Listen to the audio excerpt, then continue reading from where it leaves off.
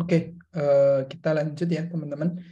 Untuk materi pertama ini kita akan menjelaskan tentang Flutter ya. Nah, di sini kita bisa mengunjungi website dari Flutter itu sendiri, di mana dari Flutter itu kita bisa melihat di sini websitenya, dan di sini tersimpan banyak dokumentasi tentang Flutter ya. Nah, bagi teman-teman yang ingin mungkin memulai pemrograman dengan Flutter, teman-teman bisa pelajari dulu di sini. Nah, di sini sudah tertera ada tulisan besar banget ya, itu apa itu Flutter ini, build apps for any screen. Nah, sebenarnya Flutter ini memiliki tujuan ingin membuat ini ya, aplikasi yang bisa dibuild di berbagai macam screen ya di sini. Build apps for any screen. Jadi di sini teman-teman bisa lihat gambarnya, ada banyak ya. Ada di desktop, kemudian ada website, kemudian ada mobile iOS, ada Android juga. Nah, kita juga bisa lihat di sini multi-platform. Nah, ini ada mobile, ada website, ada desktop, kemudian ada embed. Embed itu berarti bisa ini dijadikan library, kemudian di-embed pada suatu aplikasi. Nah, di sini memang keunggulannya dari Flutter itu bisa responsif di berbagai screen, atau sekali build kita bisa install atau mungkin kita bisa gunakan di semua beberapa platform yang berbeda. Nah, itu enak ya. Jadi kalau kita ini ya pengen bikin aplikasi di website atau di mobile, tinggal bikin pakai Dart, pakai Flutter, sudah kita bisa bikin dua aplikasi berbeda hanya pakai sekali coding gitu ya, satu kali nulis kode langsung dibuild ke dua ini platform yang berbeda. Itu seperti itu. Oke, nah di sini teman-teman bisa kunjungi ya. Nah di sini juga teman-teman bisa lihat banyak ininya ya, menu-menunya, ada dokumentasi juga. Nah, ini ada cara install Flutter-nya seperti apa. Di sini nanti teman-teman akan bisa menginstal, gimana sih cara instalasi Flutter gitu. Oke, di sini. Oke. Terus kemudian kita coba lanjut.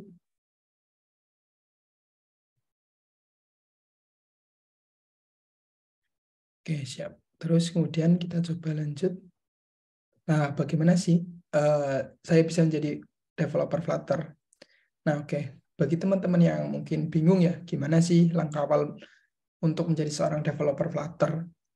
Nah, ini materi yang nanti kita akan bahas di sini sebagai menu utamanya itu. Ya, oke, selalu ya dalam segala hal itu, pertama kita itu memiliki niat ya, teman-teman.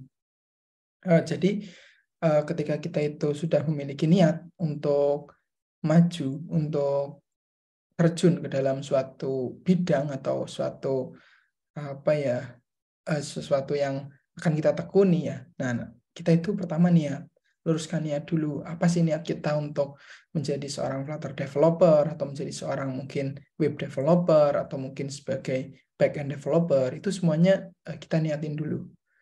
Nah, niat kita itu apa sih? Untuk apa kita menjadi seorang developer? Nah, semoga aja diniatin itu dari awal kita memiliki niat yang baik. Mungkin kita ingin jadi seorang developer, ingin memberikan manfaat kepada negara ini, atau mungkin setidaknya saya pengen mengenal dunia IT lebih dalam. Saya tertarik dengan Flutter, saya ingin membuat aplikasi yang bermanfaat bagi orang lain. Wah, ternyata ada suatu permasalahan di lingkungan kita. Kita niatkan, wah saya ingin bikin aplikasi mobile buat membantu RT saya atau RW saya dalam menarik iuran masyarakat warga, atau bahkan ada sisi-sisi bisnis yang teman-teman geluti, kemudian untuk membuat suatu terobosan untuk mempermudah suatu pekerjaan yang sedang dilakukan oleh tim bisnis atau mungkin karyawan atau bahkan untuk manajemen bisnis itu sendiri. Nah, mungkin saya inginlah membuat aplikasi sendiri misalnya gitu, atau membantu orang lain menyelesaikan masalah-masalah yang sedang dihadapi. Nah, Dengan seperti itu teman-teman punya niat. Nah, dengan niat itu teman-teman bisa memiliki motivasi tersendiri untuk belajar ke arah sana. Itu. Nah, mungkin teman-teman di sini banyak nih yang bingung gimana sih nanti kalau saya udah belajar bisa nggak ya gitu. Nah, itu dulu saya juga ngalamin hal seperti itu. Bahkan bukan seorang awam pun, saya yang dulunya sudah terjun di dunia pemrograman pun kadang memiliki pemikiran, wah saya nih saat ini sedang mempelajari bahasa dulu Kotlin misal. Nah, setelah belajar Kotlin, saya pindah ke belajar Flutter yang di situ tuh bahasanya itu menggunakan Dart, bisa nggak ya? Lebih susah nggak ya? Gitu. Nah, kadang itu ada pemikiran-pemikiran seperti itu. Nah, itu terkadang itu datang karena kita itu melihat sesuatu yang rumit dulu. Nah, nanti saya akan jelaskan gimana sih agar teman-teman itu tidak langsung melihat ke arah yang wah susahnya dulu. Nah, itu nanti ada suatu roadmap-nya, roadmap belajarnya itu gimana biar kita itu jangan langsung takut, jangan langsung melihat wah pahitnya dulu. Kalau kita mau minum obat sudah tahu itu pahit, pasti malas lah gitu. Mending kita nunggu aja sembuh sendiri. Tapi kalau nunggu sembuh sendiri kita nggak tahu, bisa jadi lebih lama, jadi lebih cepat. Nah, itu sama kalau kita hanya menunggu kapan ya saya mau mencoba menjadi seorang Flutter developer tapi tidak pernah mencoba masuk ke dalamnya, ya kita nggak tahu kapan akan menjadi seorang Flutter developer karena kita nggak pernah memulai. Gitu. Nah, kita awali dari niat Bismillah ya. Kalau yang Muslim mungkin Bismillah. Kita niatkan niat yang baik. Insya Allah ada jalan gitu. Oke, kemudian yang kedua adalah kemauan kuat. Ya, ini yang umum-umum dulu ya, umumnya dulu. Nah, di sini ada kemauan kuat itu kenapa? Kenapa kemauan kuat? Ya karena kemauan kuat itu adalah landasan dari segala ikhtiar. Manjada wajada. Siapa yang bersungguh-sungguh pasti akan menjadi. Ya, menjadi sukses, menjadi berhasil, tapi itu perlu kesungguhan, perlu pengorbanan waktu, pengorbanan biaya untuk belajar, pengorbanan dalam arti mungkin usaha yang tidak sedikit ya, karena mungkin dari seorang yang awam, benar-benar yang awam, kemudian untuk menjadi seorang yang ahli atau mungkin setidaknya memiliki basic itu juga perlu pengorbanan yang luar biasa yang kita itu harus coba lakukan, kemudian jangan menyerah kalau misalnya terjadi nantinya banyak hambatan dan rintangan. Makanya ada kemauan kuat karena pastilah banyak nanti kesulitan-kesulitan yang dihadapi. Kadang ya jujur aja kadang ada pemahaman-pemahaman seperti struktur algoritma atau mungkin logika kita yang masih perlu diasah, kemudian juga kadang nggak paham-paham, itu juga saya pernah mengalami hal seperti itu. Itu baru di awal, baru pemahaman logika. Belum sampai nanti kita itu udah masuk ke dalam Dart, Flutter, kemudian membuat suatu aplikasi. Wah, baru bikin ini aja, baru bikin aplikasi tampilan aja udah banyak error gitu kan.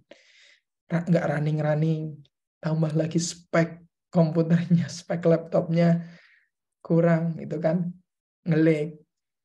Akhirnya harus cari solusi gimana biar nanti spesifikasinya lebih bagus, atau mungkin mencari alternatif biar kita pakai laptop seadanya tapi tetap bisa belajar. Itu pasti ada sesuatu yang harus kita cari gitu, sesuatu yang harus kita pelajari, sesuatu alternatif yang harus kita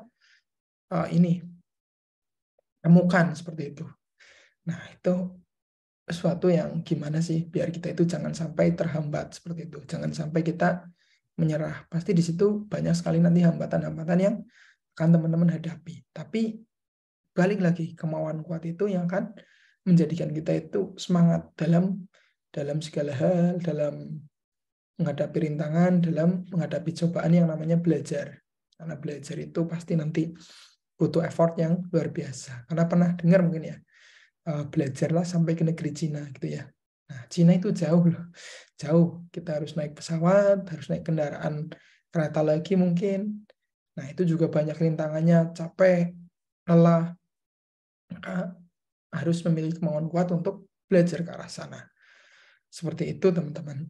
Kemudian, oke, mungkin dari teman-teman juga nanti yang ada pertanyaan bisa sambil ngechat juga di chat, nggak apa-apa. Atau nanti di akhir ini sesi ya, nanti mungkin 15 menit atau mungkin 10 menit sebelum jam 2 ada sesi tanya jawab ya. Oke. Disimpan aja pertanyaan-pertanyaannya, mungkin nanti bisa disampaikan di akhir sesi gitu. Oke, kita lanjutkan. Nah, di sini nih, yang setelah kita punya niat, punya kemauan kuat, nah, pelajari dan pahami roadmap untuk menjadi seorang Flutter developer. Mungkin di sini teman-teman itu banyak nih dari senior-senior atau mungkin expert-expert dari Flutter ya di dunia, bahkan atau mungkin di Indonesia yang banyak yang menjelaskan tentang roadmap untuk menjadi seorang Flutter developer. Nah, kalau nanti teman-teman melihat, setidaknya tahu dulu ya, itu roadmap, ada suatu roadmap belajarnya.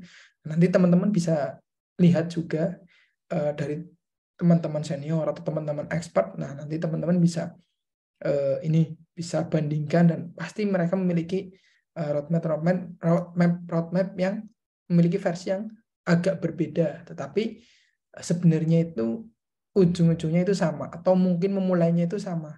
Cuma nanti di tengah-tengahnya itu ada yang belajar A dulu, B-nya nanti, atau belajar B dulu, A-nya nanti, atau bersamaan, atau mungkin itu menjadi suatu subtitle dari suatu pembelajaran, misalnya belajar Dart, nanti ada subnya apa saja. Kemudian ada Dart, ada basic, ada advance, nanti subnya apa aja. Itu nanti masing-masing developer mungkin berbeda, tetapi karena pasti seorang developer atau seseorang lah, setiap kita itu memiliki karakternya masing-masing. Kita memiliki kebutuhannya masing-masing.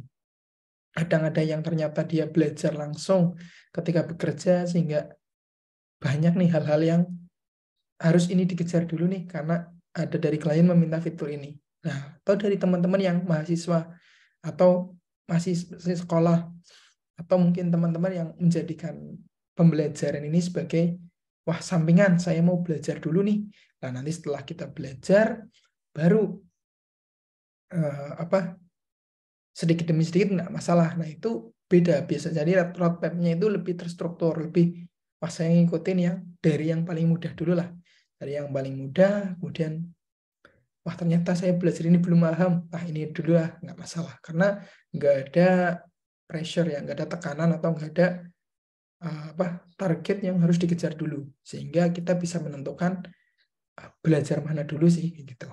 Nah, cuma tetap aja kita harus memiliki alur-alur untuk belajar karena kalau kita nanti loncat-loncat itu nanti akan ya mungkin ada yang jadinya nanti pusing sendiri atau mungkin ketika sudah pusing jadinya malas atau kita udah belajar jauh ujung-ujungnya kita muter balik gitu.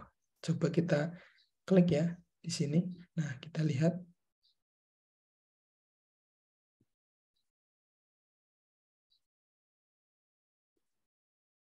Oke.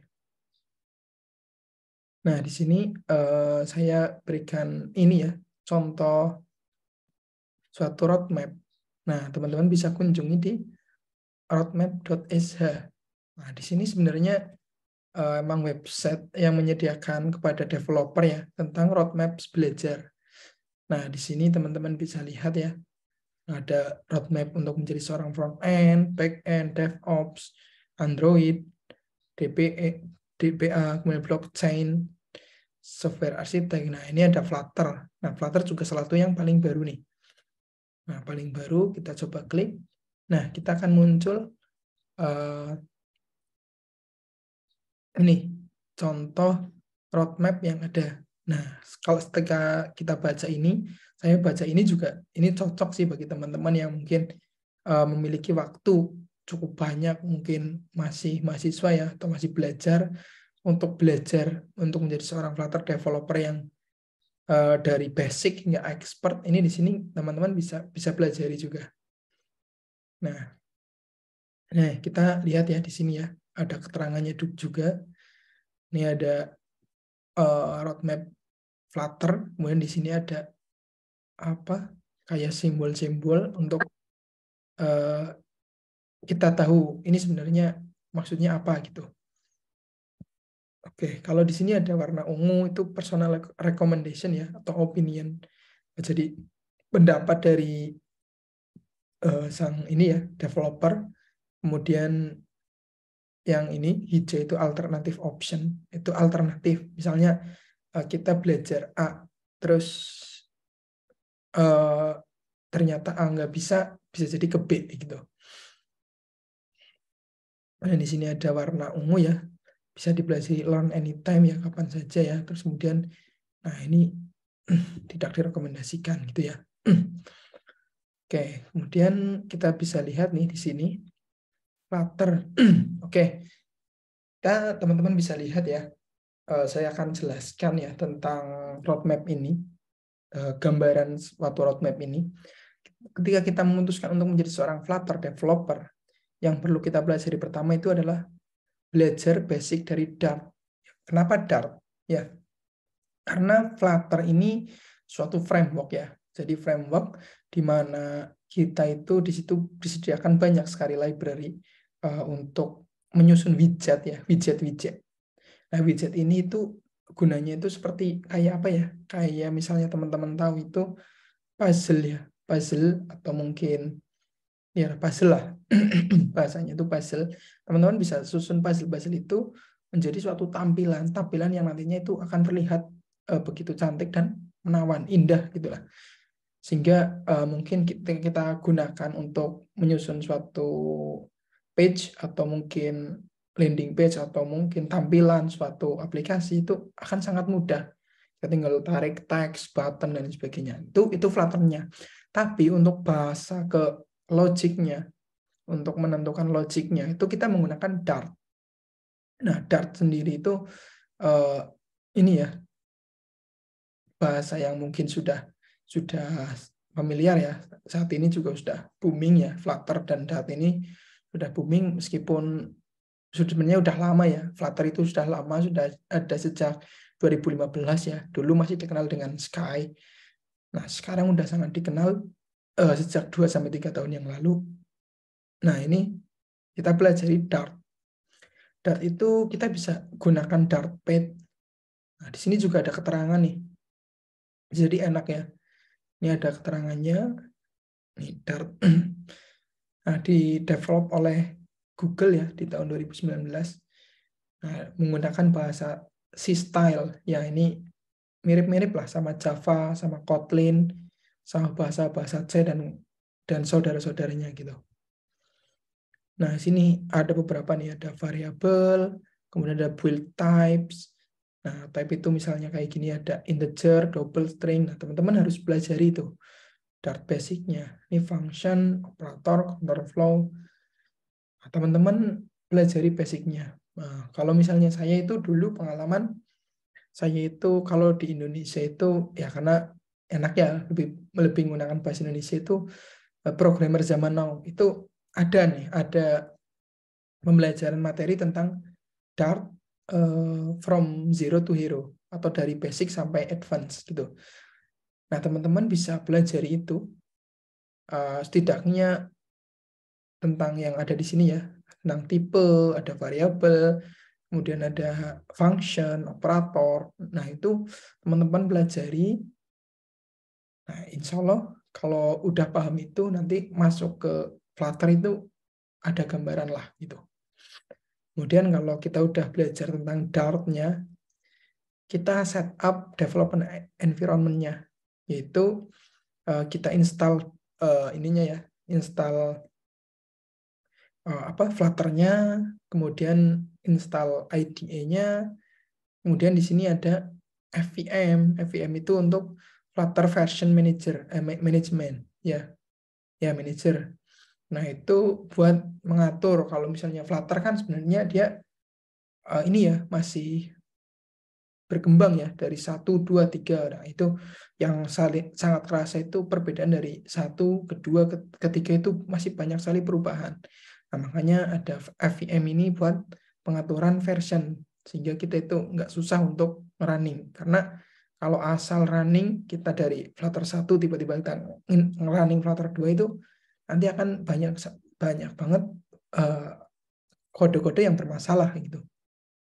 Nah, di sini teman-teman IDE-nya itu, nah ini yang direkomendasikan itu VS Code. Kenapa VS Code? VS Code itu lebih ringan sih. Kalau menurut saya itu lebih ringan ya. Lebih ringan dan mungkin apa ya, plugin-nya juga banyak sekali yang support gitu. Nah, juga nggak terlalu berat untuk laptop-laptop yang speknya itu lebih kecil gitu. Nah, kemudian kalau enggak ya pakai Android Studio juga bisa. Android Studio yang mungkin sebelumnya native ya, Kotlin. Nah, itu pakai Android Studio itu bisa. Atau IntelliJ IDEA. Nah, itu bisa juga. Kemudian setelah kita install Flutter-nya ya, Flutter kita install, IDE-nya kita install. Ini FVM sebenarnya opsional ya. Kalau mau pakai manualan juga bisa, setting manual. Kalau mau running Flutter 1, kita tinggal pakai SDK Flutter 1. Flutter 2, kita pakai Flutter 2 gitu.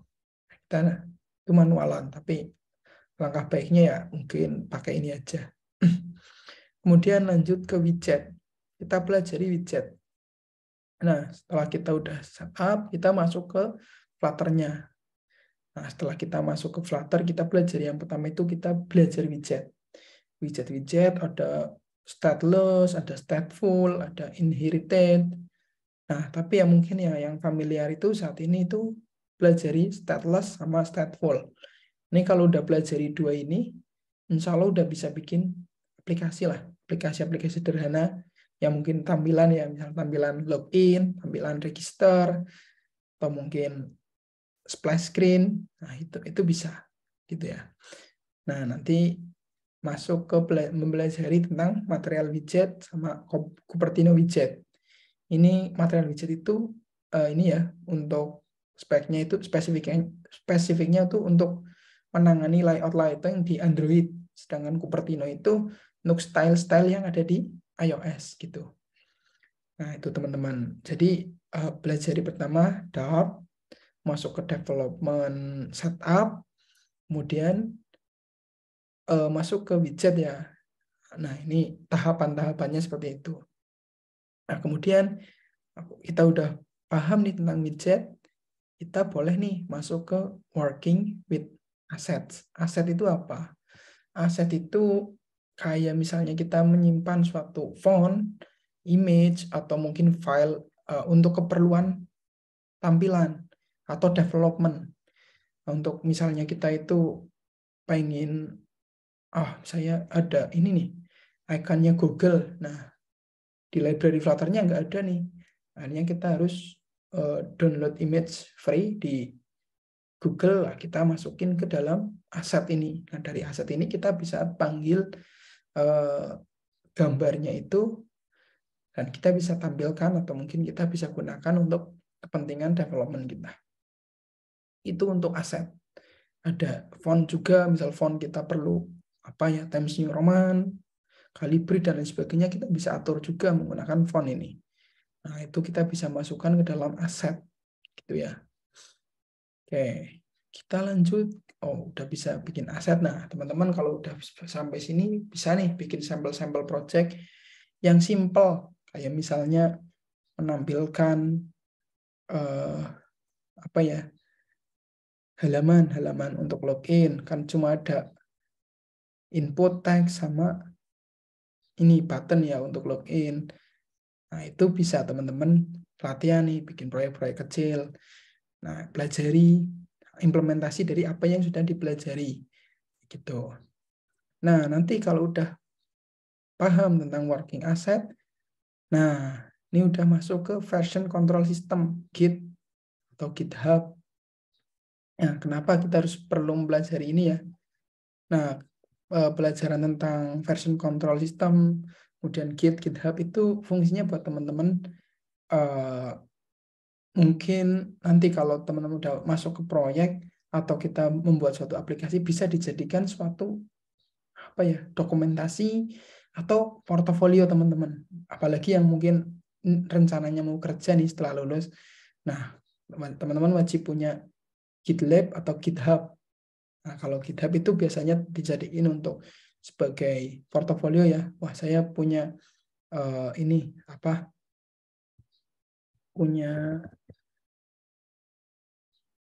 punya ini project yang sudah saya pelajari. Nah, nanti teman-teman bisa upload ke sini. Nah, ketika nanti dimasukkan ke dalam ini ya, mungkin CV, teman-teman bisa tinggal ini aja, linknya dimasukin ke dalam CV-nya gitu. Nah, contoh gini, nah nanti teman-teman upload ke sini, nah itu biar nanti teman-teman enak buat portofolio juga. Oke ya. Jadi GitHub ya, GitHub atau GitLab juga bisa. Nah, kemudian setelah kita teman-teman nanti di Git itu juga ada mungkin yang belum tahu ya, kita juga nanti bisa sharing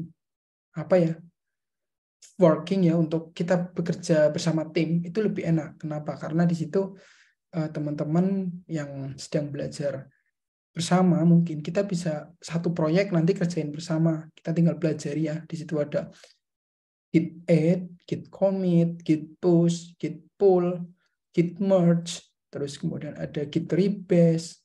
Teman-teman pelajari istilah-istilah yang seperti itu di dokumentasinya.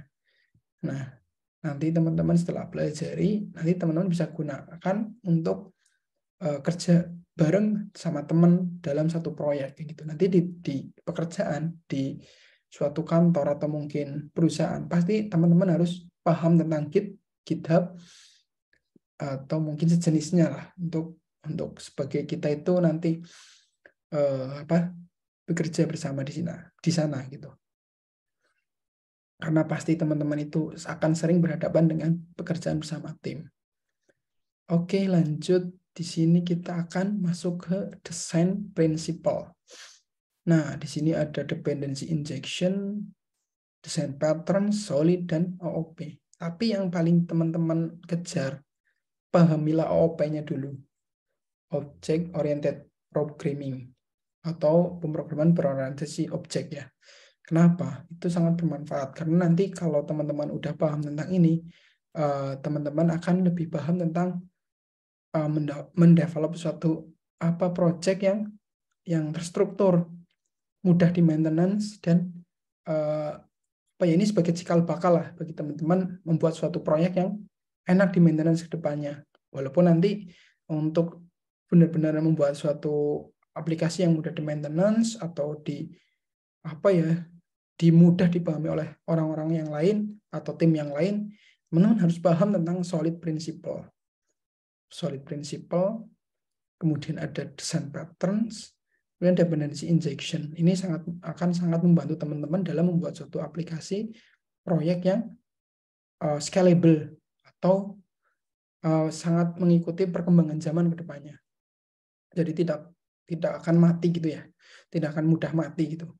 Karena saya jujur pernah mengalami hal seperti itu di suatu perusahaan ya, di mana dulu developernya mungkin masih belum masih belum memperhatikan untuk mungkin OOP sudah tapi belum sampai ke solid design pattern atau bahkan ke sini dependency injection.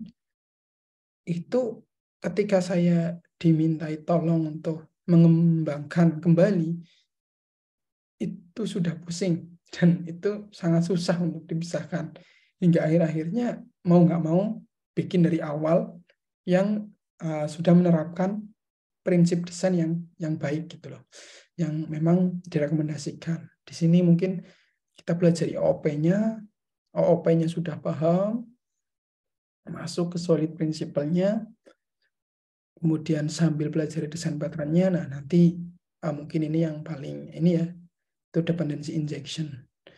Nah, itu dependency injection itu fungsinya buat nanti teman-teman buat apa ya, ini aplikasi atau kode yang nantinya itu di situ teman-teman tidak saling bergantungan, kemudian bisa berdiri sendiri, atau di situ kita apa ya, kita bisa membuat suatu injection ya, atau mungkin tadi memisahkan ketergantungan, membuat suatu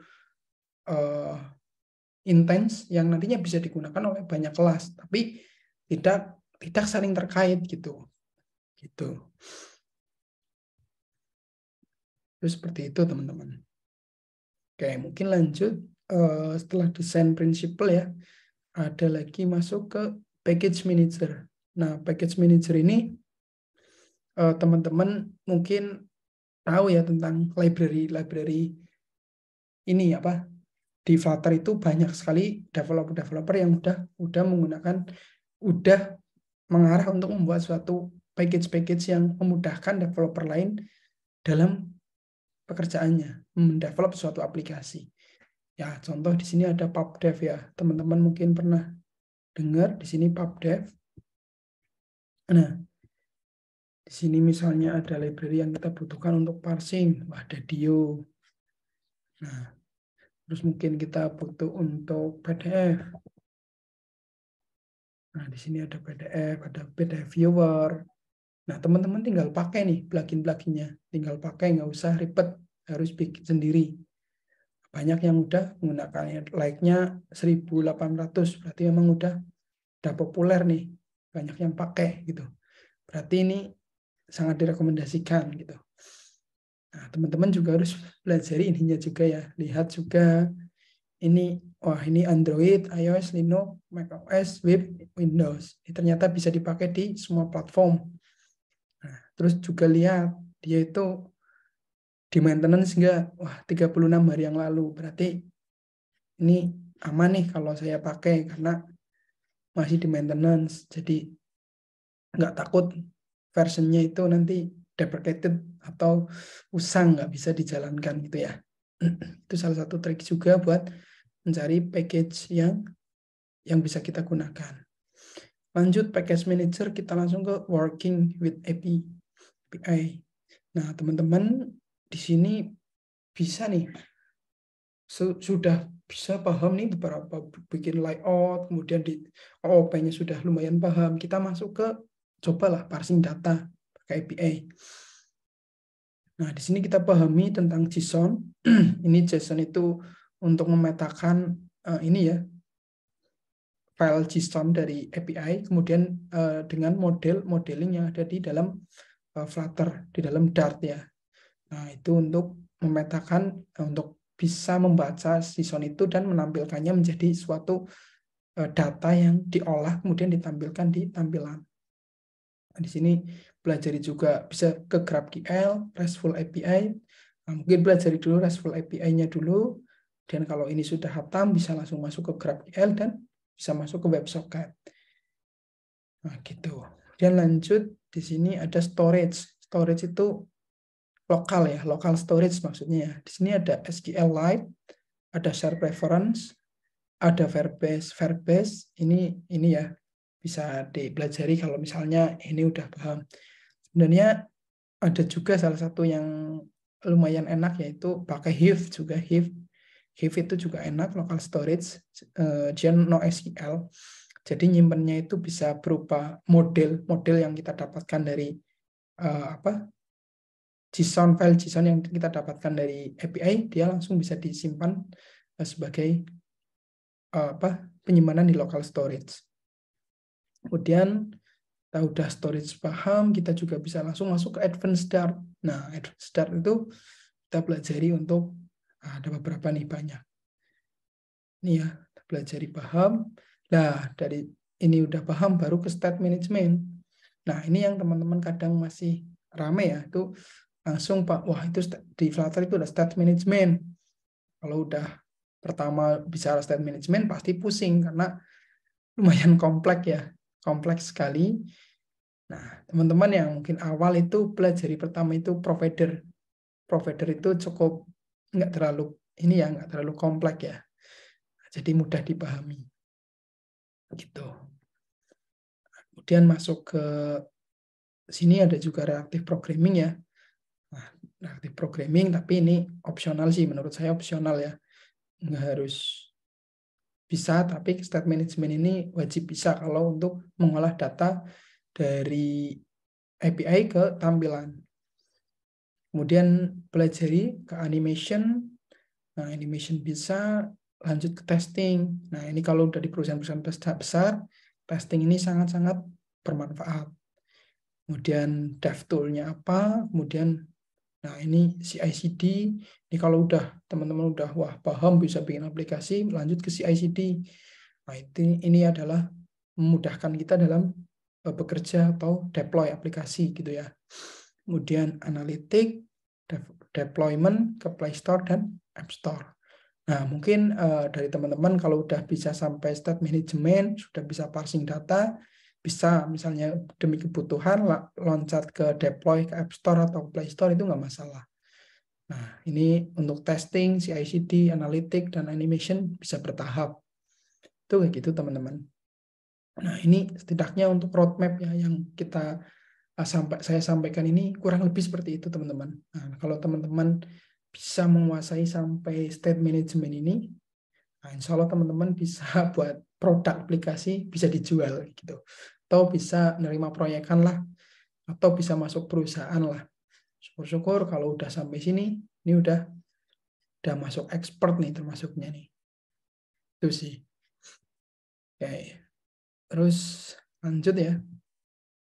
Nah, kalau udah pelajari langsung praktek. Jadi habis ini udah paham roadmap-nya, pelajari, praktekin. Terus kemudian istiqomah dan terus berkembang. Jadi selalu pelajari hal-hal baru. Nah, teman-teman itu yang belum bikin LinkedIn, bikin LinkedIn. Nah, di LinkedIn ini teman-teman bisa nih ikut-ikut kayak channel-channelnya Flutter. Nah, misalnya kayak gini. Nah, ini bisa ya ikut. Nah, teman-teman bisa ikut update teknologi-teknologi yang sedang berkembang saat ini itu apa saja gitu. Teman-teman ikuti, misalnya kita lihat nih post-postnya kan. Nih, dia akan mengupdate tentang pengetahuan tentang kita gitu. Oke. Terus kemudian setelah itu sudah ya. Dan nggak ada slide lagi. Mungkin sampai situ teman-teman. Bolehlah kita kalau ada suatu pertanyaan yang ingin disampaikan, boleh silakan disampaikan. Insya Allah nanti saya jawab semampu saya gitu. Oke, saya izin mute dulu ya.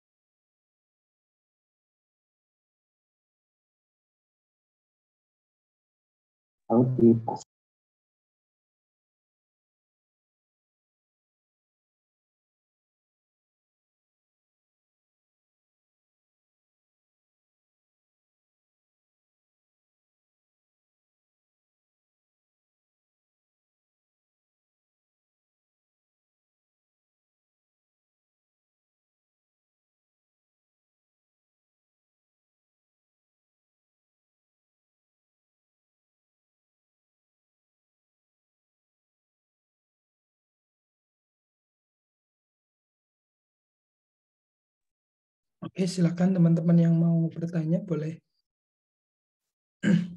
Ini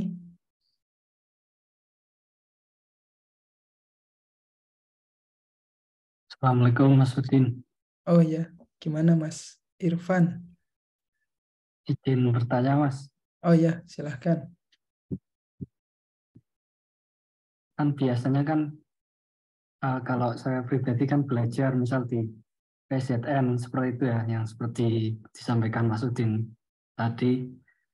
Nah itu kadang-kadang kalau sudah belajar terjun ke membuat proyek yang benar-benar real itu kadang yang dipelajari kemarin itu kadang lupa seperti itu Mas. Ada saran atau masukan nggak Mas terkait hal tersebut Mas? Oke, bentar. Berarti kadang-kadang lupa gitu ya? Iya Mas. Oke, ya manusiawi Mas, lupa gitu. Ya, tapi nggak masalah lupa Mas. Yang penting, misalnya kita udah pelajari ya. Yang penting kita pelajari, kita tahu lah, tahu dulu, tahu. Dan nanti ketika kita belajar untuk ngoding ya, kita juga perbanyak referensi juga sih dari mungkin programmer-programmer yang lain, developer-developer yang udah pernah membuat suatu aplikasi open source ya mungkin ya. Kan ada GitHub-nya tuh. Kita pelajari, kita baca code-nya. Wah, seperti ini. Kita lihat ternyata dari yang kemarin kita pelajari itu ada nggak? Biasanya ingat nih, wah ternyata kok di sini ada cons nih. Nah, kemarin ketika saya belajar di programmer zaman now ada konstanta. Itu maksudnya apa ya? Nah, dari situ kan kita akan ingat bahwa wah kemarin itu konstanta itu maksudnya ini. Wah, ternyata ini fungsinya kayak gini nih. Kok di yang lain itu ada nih, ada lagi misal ternyata harus pakai apa ya, misalnya ada perulangan nih. Wah, ini perulangan buat apa ya? Nah, kemarin kita pelajari di sini ternyata kita nemu perulangan. Oh, ternyata buat membuat suatu list kita bisa pakai perulangan nih, gitu kan. Nah, dari situ kita belajar itu ya kita akan mengingat, walaupun sebenarnya memang nggak mungkin kita menghafal semuanya, Mas Irfan. Nggak mungkin kita paham itu bisa jadi paham, cuma ingat dalam arti semuanya itu belum tentu, karena banyak kayak misalnya case-case tertentu yang sebenarnya jarang dipakai di dunia pemrograman, yang mungkin contoh aja kayak function reactive programming. Mungkin reactive programming itu kalau untuk produk-produk yang mungkin bikin untuk tugas atau mungkin project-project kecil itu mungkin jarang pakai reactive programming.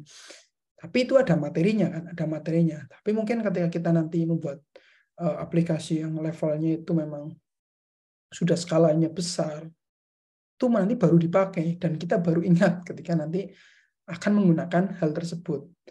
Kayak gitu sih. Itu banyak banyak hal-hal yang kayak gitu. Misal kayak teori-teori kayak lambda expression atau mungkin anonymous programming itu ketika kita pelajari paham, tapi mungkin karena jarang dipakai akhirnya lupa. Tapi ya yang penting kita paham hal-hal yang familiar. Misalnya kayak apa ya, pembuatan objek gitu kan, pembuatan objeknya, kemudian kita pahami tentang kayak factory dan lain sebagainya, factory class dan lain sebagainya, kita yang sering kita pakai, kita pahami. Nah, dari situ kita akan tahu maksud dari apa yang kita tulis gitu. Nggak hanya kita ngoding itu cuma kopas ya, tapi ya kalaupun ngopas ya kita harus paham, kita harus mikir juga ini alurnya seperti apa gitu. Walaupun ya kita sebagai programmer kadang-kadang oh ada referensi seperti ini kita ikutin lah, yang nggak masalah, tapi kita pahami alur ceritanya seperti apa. Mungkin kayak gitu Mas Irfan. Masih Mas Udin. Yo, sama-sama. Mungkin teman-teman yang lain ini di chat ada yang tanya nih Mas Farel, setelah ini ada sesi selanjutnya enggak? Ini maksudnya sesi selanjutnya itu setelah hari ini atau hari ini gitu ya. Kalau misalnya setelah ini, oh berarti next ya, next pertemuan gitu ya. Ya, oh ya siap. Oke, nanti insya Allah akan ada Mas ke depannya, kita pelajari beberapa. Nanti saya akan share linknya untuk gabung ke komunitasnya. Nanti kita coba teman-teman itu pengen ada sesuatu yang menarik, untuk dibahas, kita bahas bareng-bareng. Mungkin nanti besok yang ngisi saya atau teman-teman yang lain di sini juga nggak masalah sih. Oke, Mas Ferdian gimana? Permisi Mas, izin tanya. Oh iya, siap. Mungkin setiap kita ini ya Mas, untuk memulai belajar Flutter kan tentunya kita ini ya pastinya belajar secara otodidak.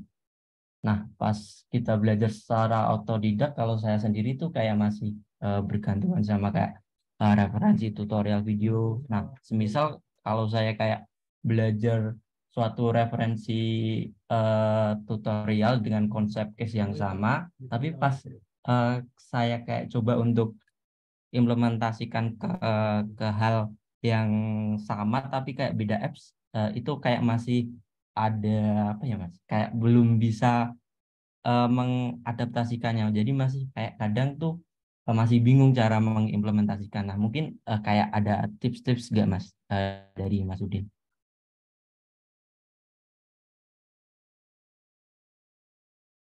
Maaf Mas, so mic-nya mute. Sorry. Tadi gimana ya pertanyaannya agak ini kurang. Jadi misal tadi kan sedang mempelajari, terus Kan ini ya Mas, untuk saya kayak semisal saya belajar kayak tentang reactive programming nih. oh Nah, ya, di pas saya belajar tentang reactive programming kayak di tutorial YouTube kan itu pakai case, misal case-nya tuh di e-commerce. Nah, ketika saya kayak mau mengimplementasikan di case berita tuh kayak masih ada kebingungan cara mengimplementasikan berdasarkan tutorial tersebut, Mas, kayak gitu. Jadi kayak masih bingung untuk adaptasinya. Nah, mungkin kayak ada tips-tips nggak, Mas, untuk mengatasi hal tersebut? oke.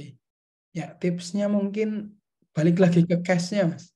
Kalau memang perlu case yang seperti itu ya, oke, kita bisa terapkan case yang seperti itu. Nah, kalau misalnya memang case-nya itu tidak memungkinkan untuk menerapkan hal yang kayak gitu ya, nanti akan menyulitkan kita sendiri gitu sih untuk kedepannya, untuk maintenance. Karena memang kita belum begitu paham. Nah, mungkin nantinya itu kita akan uh, paham dengan sendirinya atau mudah mengimplementasikan itu kalau kita menemukan case yang memang harus menggunakan seperti itu. Yang penting kita pahami dulu case-case-nya itu untuk yang seperti apa, untuk apa ya, kayak pemrograman yang seperti apa, atau mungkin ada kasus yang kayak apa.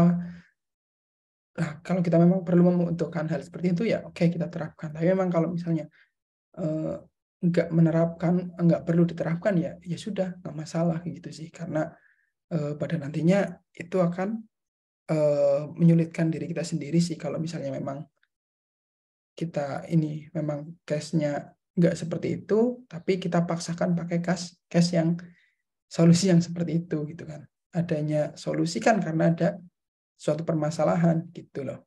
Tapi kalau misalnya kita mau belajar ya ya belajari aja. Ada tutorial seperti itu kita ikutin dulu, nggak masalah, kita ikutin. Wah, kita pahami case-case-nya terus.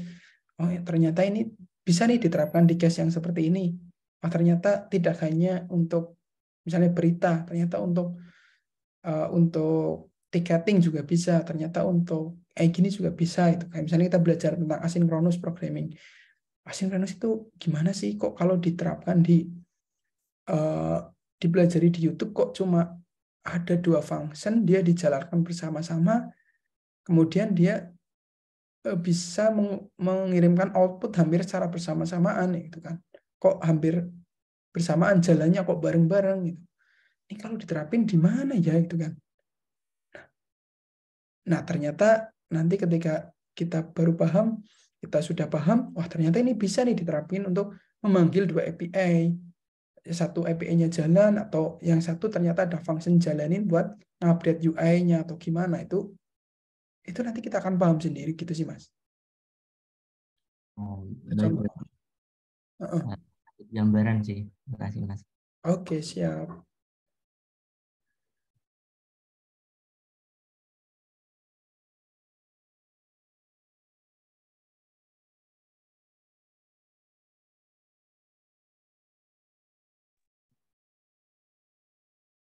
Wes sebentar, saya ada tamu, saya izin ini dulu menyampaikan.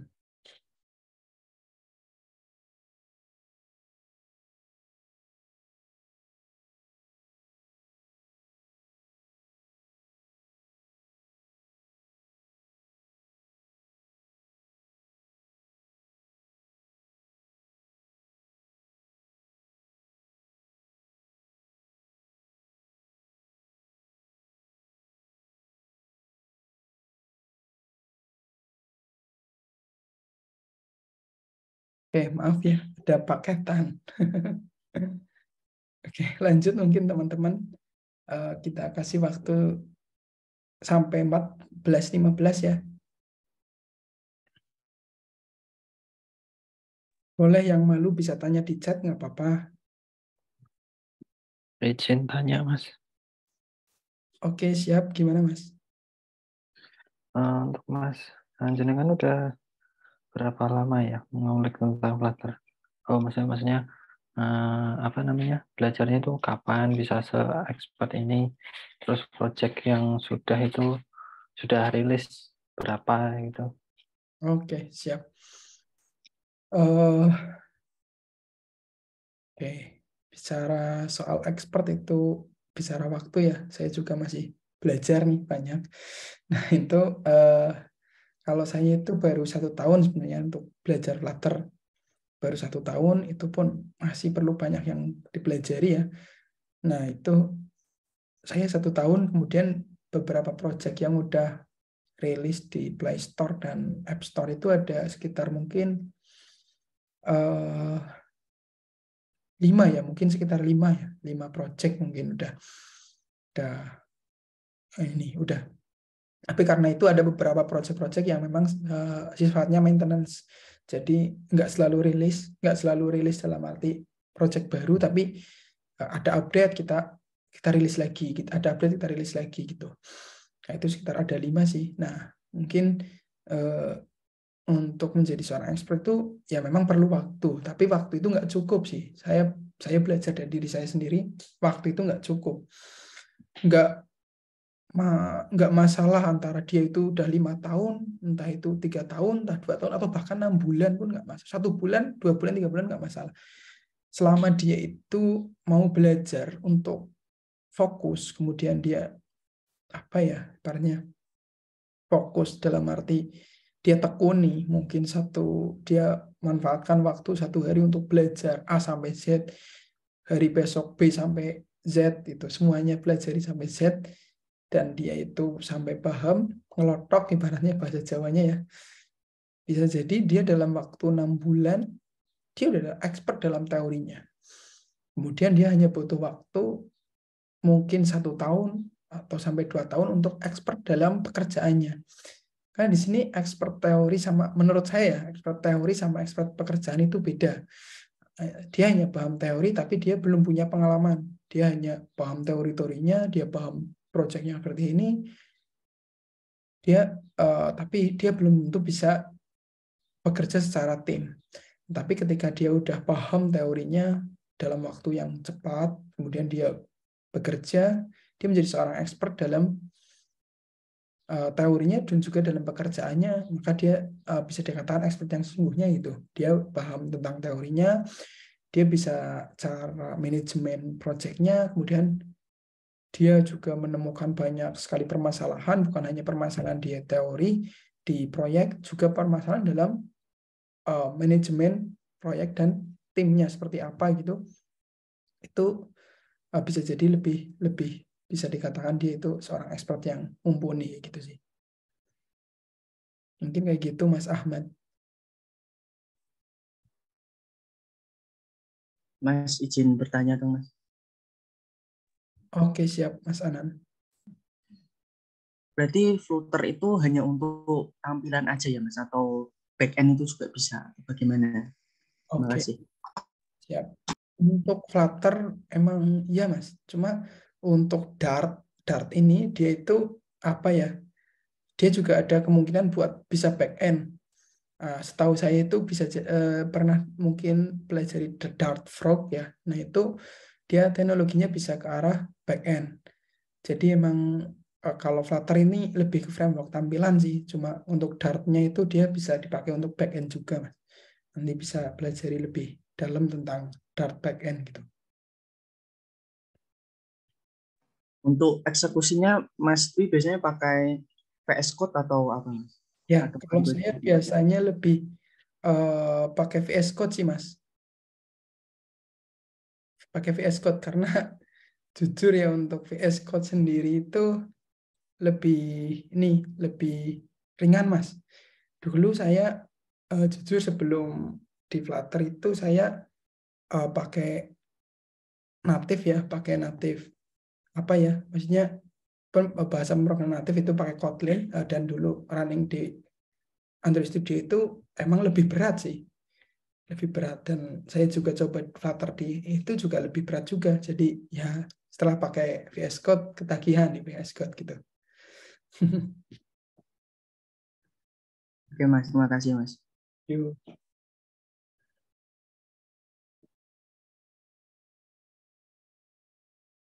Bentar. Ini ada beberapa pertanyaan lagi ya. Saya coba jawab.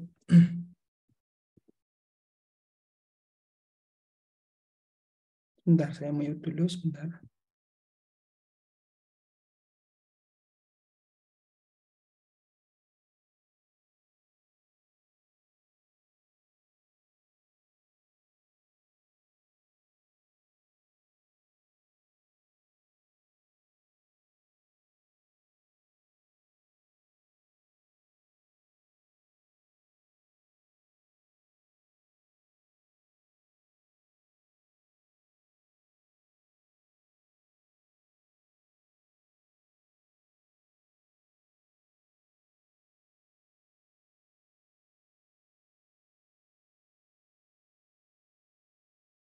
Oke, ada pertanyaan dari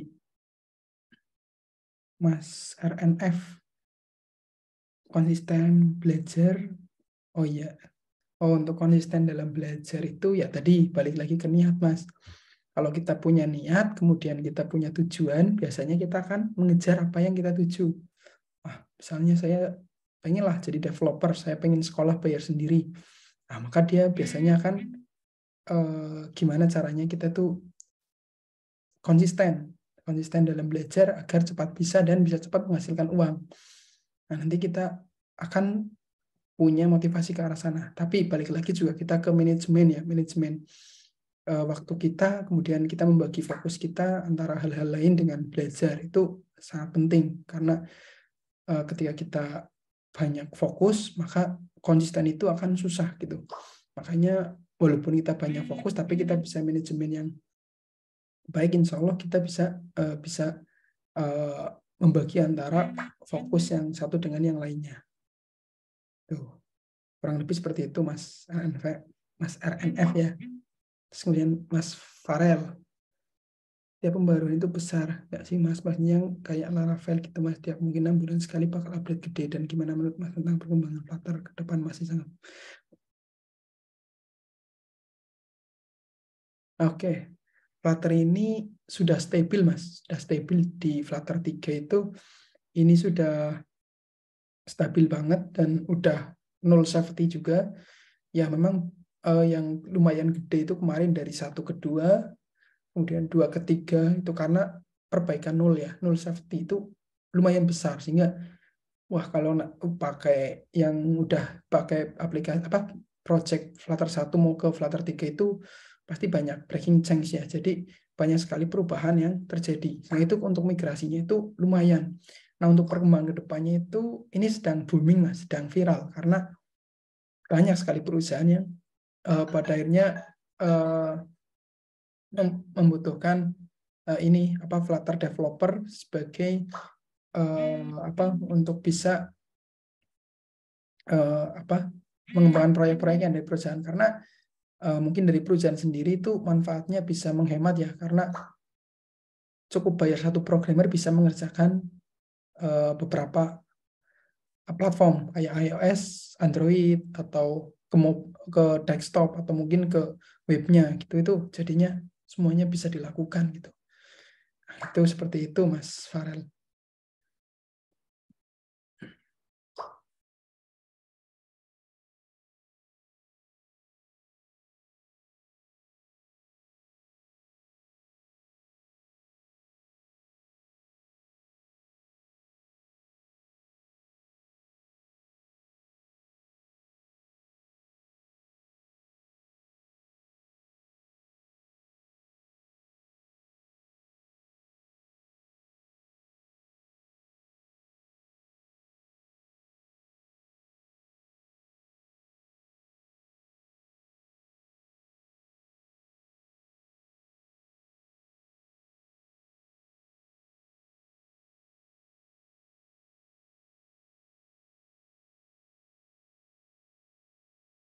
Ya, teman-teman bisa join ke link ini ya, Sekolah Flutter Community ya.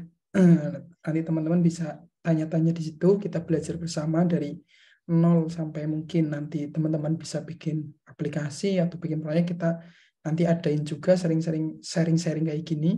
Mungkin syukur-syukur tiap pekan bisa kayak gini, setiap Sabtu atau Ahad kita bisa sharing, kita belajar bersama lah insya Allah. Nah, ini ada satu pertanyaan lagi ya, mungkin saya jawab ya sebelum saya tutup ya. Saya belajar Flutter dari Mas Hendri ya. Saya belajar Flutter ngikutin tutorial di YouTube. Itu proses codingnya itu hanya di folder lib saja, Kak. Jadi untuk folder Android dan iOS dan platformnya itu untuk apa ya, Kak? Oke. Nah, untuk Android sama iOS-nya itu sebenarnya untuk konfigurasi ketika kita memang menggunakan fitur yang dia itu memang fitur dari natifnya. Contoh Android push notification atau iOS push notification. Kita perlu masuk ke folder Android sama iOS-nya agar kita bisa gimana konfigurasi notifnya biar dia itu keluar di HP Android atau HP iOS yang sedang kita build aplikasinya. Nanti ketika kita aplikasinya udah kita build, ada notif, kita bisa masuk ke Android itu sendiri, ke iOS itu sendiri. Itu kayak gitu sih. Jadi folder iOS sama Android itu lebih ke config masing-masing platformnya. Nanti juga ada macOS, kalau kita mau bikin macOS, ada Linux, ada Windows juga, itu semuanya bisa nanti. Mungkin kayak gitu ya. Oke, jangan lupa teman-teman yang sudah sedang join di sini, saya udah kirim linknya ya. Saya kasih waktu 4 menit ya, sampai 14.25 buat join ke grupnya, biar nanti kita bisa sharing-sharing di situ. Nah, kita bisa belajar bersama. Next, kita semoga ada sharing lagi, atau mungkin nanti teman-teman bisa request sharing apa gitu ya, biar nanti enak untuk teman-teman juga bahas tentang yang sedang bingung atau apa, ya nanti nggak masalah. Oke, saya kasih waktu dulu ya.